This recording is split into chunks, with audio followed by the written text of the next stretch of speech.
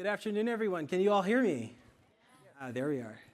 It's really great to see all of you and welcome into this space. Before we get started, I'd like to have everyone just sit comfortable in your seat, and we're just going to take a minute to ground ourselves in this space. Take some deep breaths. Some of us are coming in from other places, other spaces, and we just want to take a moment to center ourselves in this space, to ground ourselves in this space. I also want to call upon our attention to the land we occupy, and to pay our respects to our native and indigenous brothers and sisters on whom the land we sit on and occupy has been stolen. And so let's just take a moment to ground ourselves and bring ourselves into this space.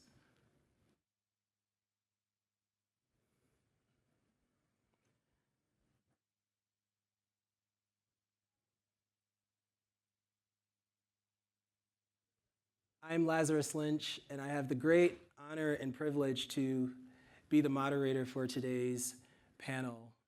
It's an honor to be here, to be discussing these issues and these challenges, but also excited about what we can walk away with and how this conversation can lead to transformation, because ultimately that is what we are all here for, is for the action, for the transformation that we all are so eager to see in our lifetime.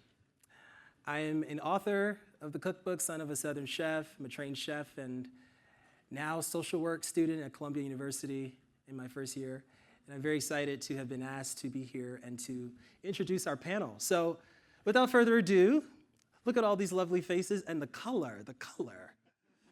Yes, we were told not to wear black or white, so we brought some color. We have Nadia Tourné with us. Good morning. We have Dr. Susan Main. Good morning, or afternoon. I don't know what time it is. I'm from LA. I don't know what time it is. And we have Shane Grant. And last but certainly not least, Dee Ademora. We're from LA. We're bringing LA vibes here in DC. Well, I would love, before we all introduce ourselves, why don't we start by one word, one takeaway from President Biden's speech. What was your one takeaway? If you can do it in one word, try to do it in one word. I'm going to try my best and say action. I feel action. Action. Yeah. Inspiration. Can we all hear Dr. Main? No. Okay. I'm on. Can you hear me? No. Then we're going to get it. Inspiration. Inspiration. Call to action. Call to action. One word, Shane. And I would say accessibility. Accessibility. Well, without further ado, I would love for the panelists to introduce themselves. We're going to have a pretty open conversation here, and feel free to jump in. I have some specific questions for each of you, but feel free throughout the conversation to jump in. So why don't we start with you, Okay. Nadia? Great, thank you. Nadia Cassius Tourney. I'm here representing educators of Washington, D.C. I'm an instructional coach right at Kimball Elementary School for Southeast Washington, Ward 7. I'm a proud member of WTU Local 6 Teachers Union, which is also a member of the AFT, representing for teachers here, educators who have a deeply embedded interest in access for nutritional foods for children and its impact on their education. So happy to be here. I'm Susan Main. Oh, Dr. Main's mic's not working today. Having technology challenges. You want to skip over while we get the Can we have a tech person, please, to support? Oh, There you go. Try to get, there we go. there we go. I'm Susan Main. I direct the Center for Food Safety and Applied Nutrition at the FDA. And I think Lazarus is going to ask us in a minute about how we got interested in this, and I'll be happy to tell you how I ended up at the FDA, because it's not something I really planned for in my career, but it was the right place for me to land. Good afternoon, Shane Grant. I'm the Chief Executive of Danone North America. For those of you that don't know, Danone is a fairly scaled food and beverage player globally, and the US is our biggest market. Really honored to be here to take on this critical subject with this group. I think we can all agree of sort of the urgency of the moment through multiple lenses on this subject. And maybe just briefly, my connection to this is probably a couple of things just to sort of share, why I'm here and my motivation. I think firstly, our business is, we've got a pretty simple mission, which is health through food to as many people as possible. So when you think about this mission and you think about, what we're taking on here today, it's hugely motivating for our business, and really it's what we work on every day. We've also got a history of what we call a dual project, which is this combination of social and economic mission, and we hold that tension constantly in our business always, and we're a B Corp. And, so our business is squarely centered on being a force for good. Personally, I'm a new immigrant. So I became a US citizen 1 week ago. I'm raising my family here, my children here. So this work's, really important to me and my commitment to what is our home. Thank you. And my name is Castor D. Garrett Adamora. I am here from Every Table. I'm a senior manager, store manager for Every Table, and also I'm a part of a SEF program, which is Social Equity Franchise, soon to be an owner. But our mission for Every Table is to bring healthy nutrition meals to everyone, everywhere, in every community. To give you a kind of insight of what I do, one part of our operations, I run multiple stores, and we're like open air fridges where you can come in and shop for these healthy prepared meals that are made in a local kitchen in LA, and they are delivered fresh every day to the store. So you can come in and shop. You can also have your lunch there if you like to. We have a subscription service online. We deliver, and we're about 40 stores in LA County, maybe 40 plus, and we got a couple of stores in New York now, 4. So our mission is to go globally and to bring this to everybody, everywhere. Yes, yes. Well, we have a very diverse panel. We have a CEO, we have a researcher, a teacher, a store manager. Dee, you brought up a really interesting word. Your takeaway was accessibility. So I want us to think about access and how we define and think about access when it comes to eradicating hunger, and discuss maybe your personal connection to the work of ending hunger and how you think about access in your work. Great. And anyone can take that. I'll jump in. Sure. That's okay. One of the issues that is dear to my heart is that my school is in what's considered a food desert, right? There isn't access to grocery store choices like many of us have in our communities. If I drive out of my community, I have a choice of 5, 6 different grocery stores where I can choose, including farmers markets, fresh food markets, and places of that nature.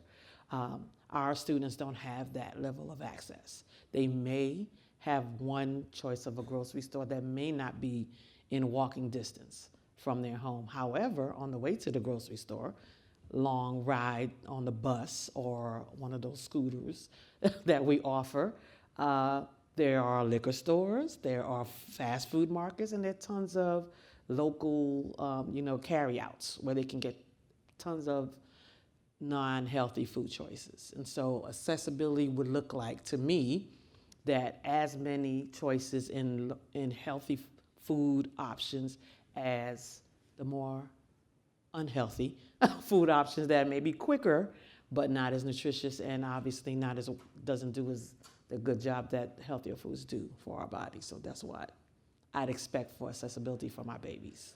Yes, yes. Thank you. Jump in. I'll jump in. Okay. I think it's really important to talk about access. It's also important to talk about getting healthier foods for everybody, right? And that is one of the things that we care deeply about at the FDA, is looking at the tools that we have as a federal regulatory agency to try to get to a healthier food supply and improving the overall food environment for everybody with our commitment to reduce health disparities. And we do have a really important tool to do that. One of those tools is food labeling. And just to highlight a few of the things that we can do with food labeling, I'm talking about things like the nutrition facts label. I'm talking about claims on foods like healthy. We did release a proposed update to the healthy definition today. And those claims are really important for a couple of different reasons, and nutrition facts label is as well. And what we know is that when we put things on a label, it does two things. The first thing is it empowers consumers with information. And think about when we put added sugars on the nutrition facts label with the most recent update. That is a piece of information none of us had access to even a few years ago. So that empowers consumers with information. The other thing it does is it leads to many industries will want to reformulate their products to make them healthier. And we've seen that. And one of the best examples I can give you is the work that FDA did on trans fat labeling. In 2006, FDA said that trans fat needed to be declared on the nutrition facts label. And what happened? What we saw was that trans fat intake in the population dropped by 80% just by putting it on the label. And there's two reasons. One is that consumers started avoiding foods that had higher amounts of trans fat on the label. And the other thing that happened is industry decided to reformulate their foods to remove trans fat. So what does that do? That elevates the healthfulness of everybody's food supply, everybody. And that's some of the work we're doing around labeling. Another piece that we're trying to do is use other levers to try to get to a healthier food supply. And one of the things we're really proud of is the work we're trying to do to lower sodium in the food supply. Sodium is overconsumed in this country by a lot. It contributes to high blood pressure, cardiovascular disease, stroke. And so we also know that the primary dietary contributors to sodium are processed, prepared, packaged foods. So what we've been trying to do is lower those gradually, create a level playing field across the food supply to get to a healthier food supply. And as part of the national strategy, we are committing to continue to work on this problem of sodium, including issuing further targets into the future. We issued voluntary targets for industry and continuing to work on that into the future. So sodium is really important. All of these are commitments and areas that we're working on. I will highlight a new thing that's in the national strategy, and that is our commitment to work on developing a potential front-of-pack label on food. And what we know is that consumers make choices quickly, and front-of-pack labeling has the potential to empower consumers with information. We're also working on the development of a healthy symbol that could be placed on a front of pack so that, again, consumers would have quick access to information. So these are some of the tools and some of the levers we have at FDA, using what we have to try to go to a healthier food supply for everybody and help address some of these problems that we're all so concerned about with regard to diet-related disparities. And we have tools and we have approaches to do that. Thank you. Lazarus, maybe to... I was just gonna add to the accessibility, also making it affordable, because we can have the access, but if it's not affordable for everybody, it doesn't make sense. So and then what you were saying too, Nadia, about the transportation, they got to be able to either make it to us or we got to be able to get it to them. So we need to close that bridge as well. With the nutrition and health emails. Absolutely, absolutely. Shane, did you want to? Yeah, maybe just building off a couple of points, particularly this, one of the points of affordability. I think the way we think about this point of access is through a couple of dimensions for our business: what we sell and how we sell it. And I hate to make that really basic, but the good news is, and we saw this accelerated post-pandemic, was people want to consume healthier food. 75% of the US said post-pandemic they wanted to consume healthier food. So the demand is there for it. So we think that's good for our business, but it's also obviously good for society. The what we sell piece is, how do we follow the consumer? And when you look at our business and you just take our yogurt business, for example, so we're the biggest yogurt business in the United States. The drivers of our business today are low sugar, high protein, and probiotics. Those are the pieces of our business that are the fastest growth pieces of our business today. Those are obviously health-centric parts of our business. And the more we can scale up those pieces of what we sell, then the better it is for our business and the better it is for society. And so there's a real crossover here between the mission we're trying to accomplish here and I think where the consumer is going. And so what we sell matters. I think secondly, to the how we sell and to the point on affordability, it's really incumbent upon industry, and we think about this a lot, of providing the right access points. And the access points means a variety of different brands that cover the affordability spectrum, including entry points to a number of categories that are really high quality at a reasonable price point. We also think about that through the dimensions of packages, where the absolute amount of money that someone's got to pull out of their money to buy the product matters. So can we provide those on-ramps to good food that is affordable as well as more value-orientated options? And then basic availability. We need to be where people are in all parts of our community. And we think all of those dimensions are going to be even more important as we head into a macro period that's more challenged. Absolutely. So I'm hearing a couple themes come up. One is transparency, getting the information out there, making it transparent. I'm also hearing, though, us talk about nutrition education and providing a language for people to be able to make choices that are best for them. So could we also speak to the importance of nutrition education, providing language and understanding around even labeling? I look at a food label, I don't know about y'all, and I think, what is this? What is in my food? So how do we also not just provide the access in terms of maybe geographically affordability, but also access into understanding, into learning? Super excited to say that my school, Kimball Elementary School, has a wonderful partnership with Fresh Foods and a program called Food Prints, where we partner with this organization to actually build little gardens on site, where our students actually go from seed to table right here, right in our building. They learn to plant vegetables, fruits, sunflowers, and then they harvest those things and transfer them into meals, very simple meals that they're able to create right in our teaching kitchen at school. It's an invaluable program. Just amazing how it transforms students' ideas about food. When you become a creator, you have a different appreciation for what you've created versus it being given to you. And so it's just unreal. It's rotated through all of our students, but nobody wants to miss it, right? So the day that you have Food Prints, it impacts attendance, right? Students want to come to school. It's Food Prints Day, right? And they are like, I can use a sweet potato and make a quesadilla. I love quesadillas, but I didn't know I could make a quesadilla with sweet potatoes in it that I grew, that's organic. And it just becomes a whole different experience, which rotates down to the cafeteria.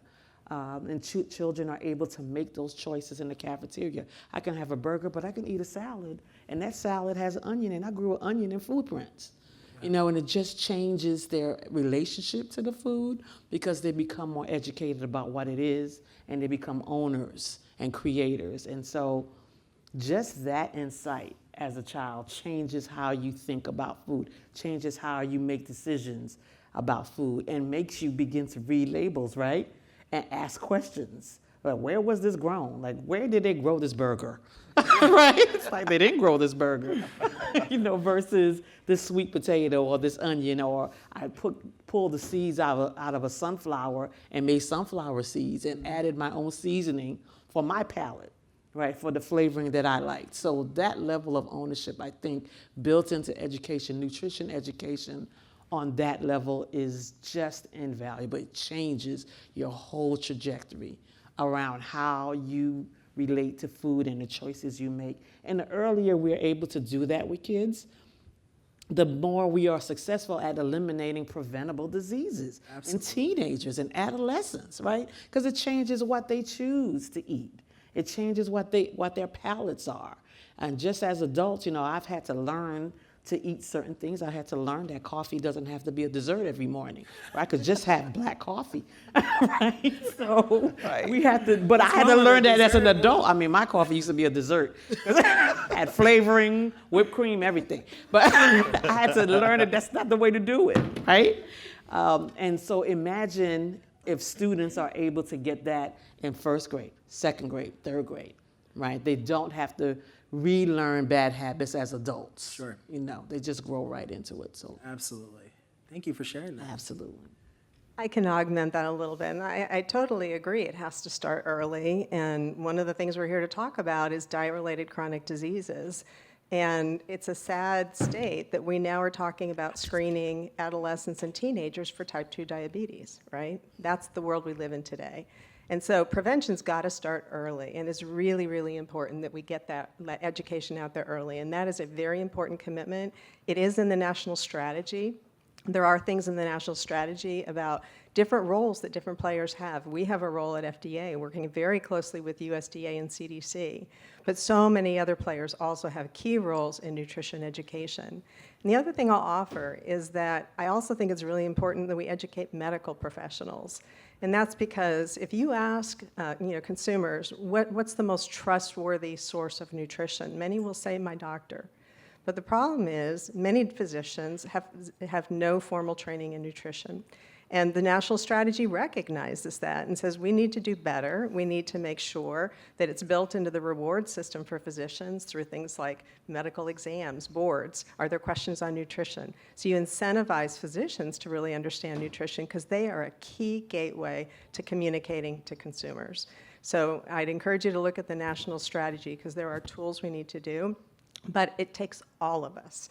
And I can tell you, we've done a lot of education around the update to the nutrition facts label. We developed some great tools, great materials, and many people can amplify that through all the different mechanisms. Medical professionals, industry, others have helped educate consumers about the nutrition facts label. So it takes the synergy of all of us working together and working across, from very early childhood up through the full lifespan. But this is a really important commitment for us to have an impact on diet-related chronic disease. Maybe I build off a number of things that Susan said. I think when we talk about this sort of subject of information, we talk about it through information at scale. And how do we use our scale to create we hope to create sort of a multiplier effect of information. Right. And, we have a scaled food and beverage business in North America, but our full system is even bigger. And so when we think about the subject, we're thinking about partnership. And we think about that through a number of dimensions. Firstly, how can we help and assist with the furthering of knowledge, basic research on food and what health is and what will that look like in the future, and we concretely support that sort of knowledge build. I think the second piece is public-private partnership, to the point of sort of expanding the capacity of our system. And the concrete example, and we heard this already this morning in the opening, was the expansion of WIC, more products in WIC to make sure that more people can access good food. It's just as a real fundamental. And then community involvement, and we're very active in reaching down into very specific communities to make sure that we can impact this. And the Green Bronx Machine is just one example that we support in the United States. The third is thinking about this end-to-end stakeholder model. And, you think about our business, that we show up in very, very large retailers right across this country. And so enrolling and partnering with our biggest customers right across the country to make sure that we can really amplify information, access, and what's available in those stores in all types of communities. And we're running a pilot in Chicago today, for example, with one of our biggest retailers, where all of those dimensions of our portfolio are upweighted. And then maybe the last piece on education for us is, and Susan mentioned this, healthcare professional network. We reach on an annual basis almost 500,000 healthcare professionals. And the multiplier impact of those leaders is just enormous. And so furnishing those professionals with the right kind of information and supporting that community, we think is part of our job to amplify sort of the information piece. And I just wanted to say, and I'll try to make it quick because I know we got questions, but going back on what Susan and Shane said, I said the same thing. I think the same thing, healthcare professionals and that whole system needs to be involved with the nutrition. Going back, just a little backstory, I managed fast food before I came to Every Table. So of course I ate where I worked. So more than half my meals came from there. And so I have some health challenges because of that. And if my doctor was a little bit more informed to tell me, okay, well, you need to change your diet, here's where you could start. If I had some kind of starting ground and could start there, I wouldn't be in my position now. But, you know, I have to also say I'm proud to be at Every Table because they were really helping me. I mean, before I started the ground of reading labels, Susan, and doing my own research and having some dietitians talk about nutrition and how to eat, Every Table has definitely been a part of my change in lifestyle. And, you know, I'm so proud to be even an advocate and a resource for our customers that do come in and have those, you know, diet-related diseases or illnesses, and they say, my doctor say I got to change my diet, so what can I eat? Or I'm the right person to talk to, let me point you to the right direction. And going back a little bit earlier, we were talking about affordability and accessibility. Every Table actually price their meals on the community that they're served. So every community you go in, you won't get the same price. It's going to be depending on the average financial status of the family in that community. That's how we base our prices. So each area is different, so everybody can afford it. Wow, round of applause for our panelists. Y'all making my job really easy because I'm just looking at the clock and we're almost out of time because you all are talking. Thank you. You know, I was sharing this with someone today. I said, I've been attending conferences like these. Obviously, this has not happened in 50 years, but I've attended conferences on hunger since I was a teenager. I grew up in New York City, and when I was 15 years old, had the opportunity to travel to Des Moines, Iowa to attend the World Food Prize. Anybody heard of the World Food Prize? Okay, one person. 2 people.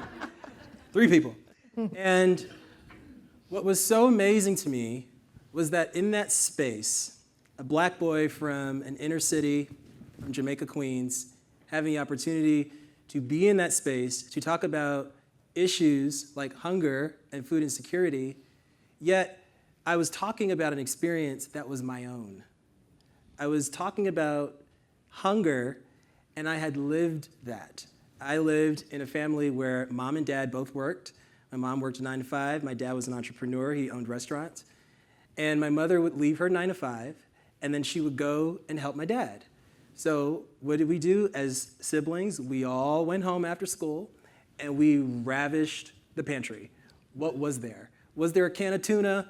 Was there, so to this day, I can make an amazing tuna cake patty, you know what I'm saying? Fry it up with some onions.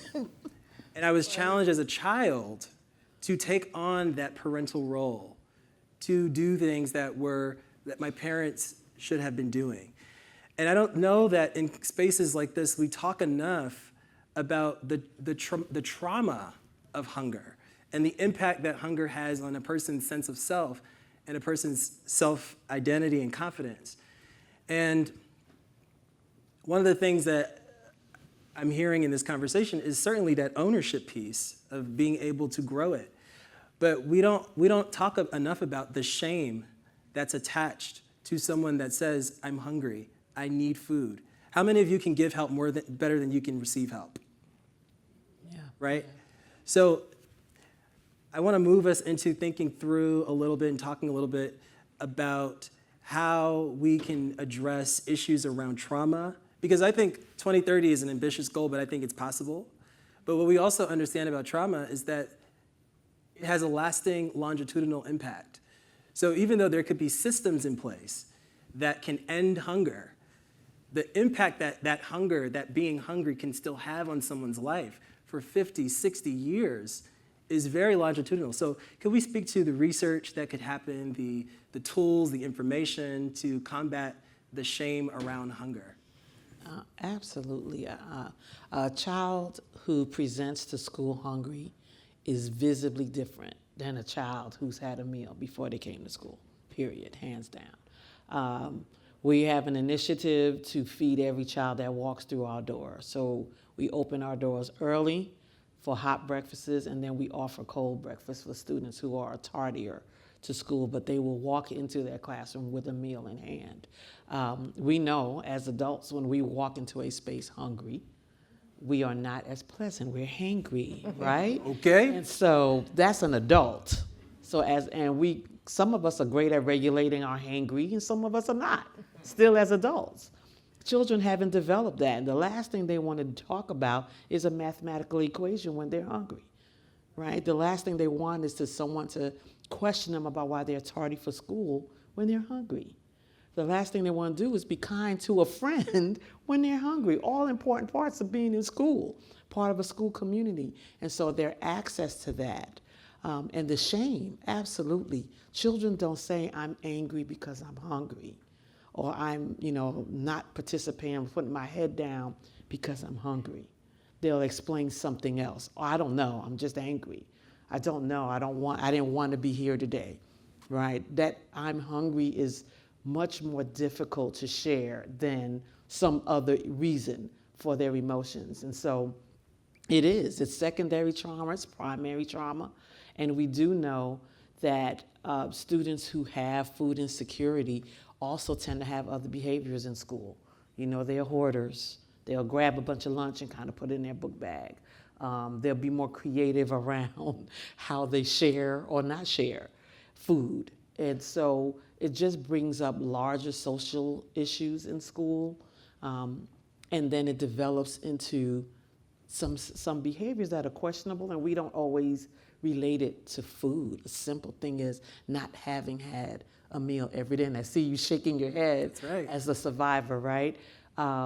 So it is incumbent upon the adults to assure that the basic needs, we all know Maslow, right? The basic need is food, shelter, clothing. And if we're not responding to that first, when it comes to our babies, everything else is being missed. We're missing the target. So thanks for that question. Of course. Appreciate it. I'll jump in a little. Thank you. I'm glad Lazarus asked the question because it really highlights is the problems of hunger and nutrition insecurity. These are multifaceted problems, and they're going to require multifaceted solutions, without a doubt. These are social determinants of health, and you heard that alluded to with some of the opening remarks in the plenary this morning. So we all have a lot of work to do. This is not going to be fixed with any one lever. It's going to be fixed by all the people who are participating in this conference, who are contributing to their, commitments, what they're going to do to make this the reality by 2030. And, I really look at today as an inspirational start of the journey that we have together for the next 10 years. And we've got a lot of different levers we're going to have to push, Lazarus, to address many of those issues. Absolutely. And that's why I think this conversation and the conversations that are happening in the other breakouts are so critically important as we start the next step of this journey together. I think, Lazarus, we can agree in the most developed food system in the world that all of our kids should have access to food. They've just got to be able to have access to good food. I think for us, it goes back to mission, action, and then maybe some systemic things. For us, mission, health through food to as many people as possible. To as many people as possible means all of our children at the most basic level. And so, back to some of the levers that we talked about earlier in terms of the types of brands, the types of products, the type of access points, the types of availability, that really matters, because if we're doing that, we think we're playing a role to provide the right kind of access that we can do as a business. I think that's sort of a systemic answer. I think, we're also focused on things that are actionable now. We have a program, for example, in Canada that we're looking to replicate here in the US called the Breakfast Clubs of Canada, which essentially is a program that provides millions of young Canadians a good start in the morning, breakfast. And we donate millions of units of yogurt to that partnership, which is to fill a basic need, which is allow kids to learn because they have a good meal. And so in the meantime, while we work on the systemic things, we're very focused on providing some concrete interventions that we can do, and we can't solve it on our own, to try and at least to kind of contribute to the issue. Lazarus, what you were talking about earlier about the tuna cakes, I remember as a child growing up, I had my mom at home, but she would cook for us. But I can tell when we were low on money, very low, because it would be the salmon croquettes, I think you call them. And so as kids, we're always like, oh, we don't have money, so this will be dinner, that and biscuits, right? But I don't know, I think like you said, everybody has to do their part. We, at every table, we have a pay it forward program. And that program, customers can come in online, come inside the stores, buy a meal for someone else. And we work with a local food bank who actually is mobile, who distributes the meals out to the community. So I think just everybody doing their part just to, stop hunger, if we all just make that step that we can make in our positions. Thank you for all the responses to that. And we have received some questions from our online audience. This one was addressed to Shane, but maybe we all can respond to it. Will you say more about the responsibility of the food industry, not to only scale up on healthy food products, but also decrease sales of unhealthy products?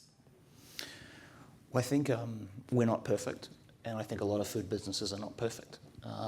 The fact is, for our business, 70% of our business is nutrition or nutrient dense. So, we take that mission really seriously in what we sell.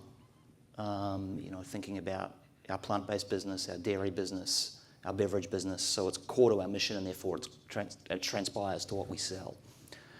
I think, our responsibility, yes, we have a responsibility for constant improvement, and that responsibility coincides with where people are moving. And so we put the mission of the company together with where people are moving, which is a desire for healthier food. And that obviously gives us commercial advantage because we want to grow and we want to be competitive. But it also contributes to the challenge that was submitted, which is, our responsibility to move our business to be healthier over time. I can tell you that concretely, and part of our commitments, if you think about our yogurt business, was very driven by lowering sugar content over time, particularly targeted in terms of our business that's addressing children. You think about our plant-based business, and we're the biggest plant-based business in North America, increasing over time the nutrient content of those businesses. And on some of our other businesses, the consumer is moving, and we are moving to low and no sugar options. And so I think there is, quite frankly, there's a commercial opportunity, there's a business opportunity there that we see, there's a mission opportunity and a societal opportunity. And so we're on the move. We're not perfect, but we're in the business of constant improvement.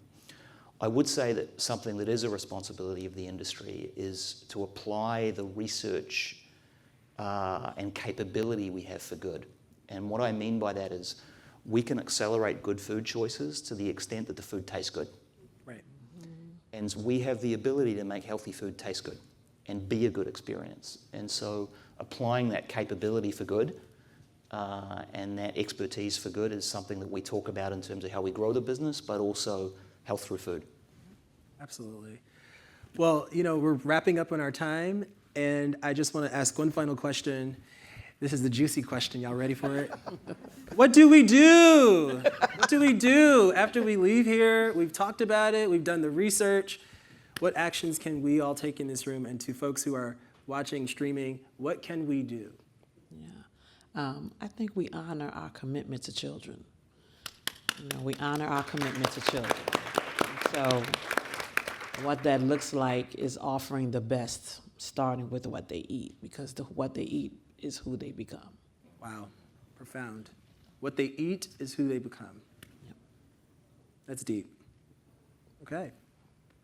I would agree with that, and I think from our perspective as in the federal government, we've laid out an action plan on what we can do, And so we look forward to hearing feedback on the national strategy and some of the things that we are committed to do. We've made public commitments on things we would like to do to address that. So we're very open to hearing feedback from everybody on what our path is and how others can amplify that and take advantage of that and leverage what we are doing and get us to that future state that we all are seeking. Yes and yes. Growth in the right types of food in every community. I'll go back to just saying we need to do what we can do in our position. So wherever we're at, let's just do what we can do and hope that everybody can do it and we can see this all change. Yes. By 2030 or before. Round of applause to our panelists. Nadia, Dr. Main, Shane, and Dee. What a great, great panel and conversation today. And for sure, we're not going to just sit on what we've learned today. We're going to make sure every child matters. We're going to make sure that we continue to propose research and all the types of tools that we need to take it further. From an entrepreneurial perspective, how can we get involved? How can we work with business and partnership? And how can we all just do what we can do wherever we are? Because every little bit counts. Everything that we can do makes a difference. So thank you, everybody, and enjoy the rest of the day.